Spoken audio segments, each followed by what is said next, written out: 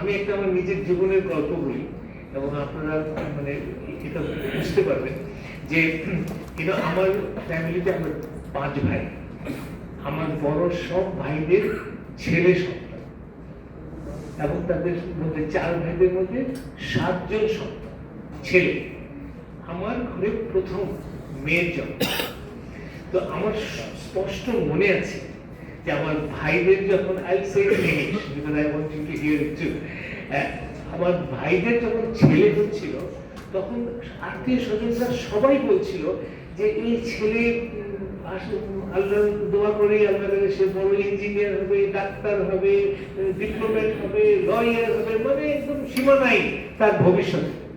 আর আমার মেয়ে যখন হলো তখন সবাই মেয়ে বলতেছে এত সুন্দর বাচ্চা, এই জামাই খুঁজতে তো অনেক অসুবিধা হবে।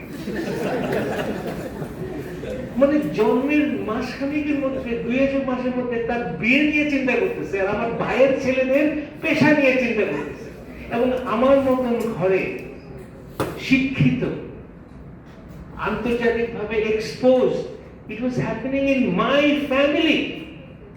So you can see the subtle difference. আমার মেয়েকে তার জামাই কোথায় পাবে? তো অবশ্যই আমি চিৎকার করে এটার প্রতিরোধ এবং প্রতিবাদ করছিলাম। তো পরে আত্মীয় স্বজনরা বাসায় আসলে আমার মেয়ে নিয়ে বেশি কথা বলতো, আরে ভাই মাহফুজের মেয়ে নিয়ে বললে তো চিৎকার করে উঠবে। আমি যাইভাবে করি, but this happens subtle. You encourage your son to go for a profession, and you encourage your daughter to become suitable for the in-laws house when she will go there.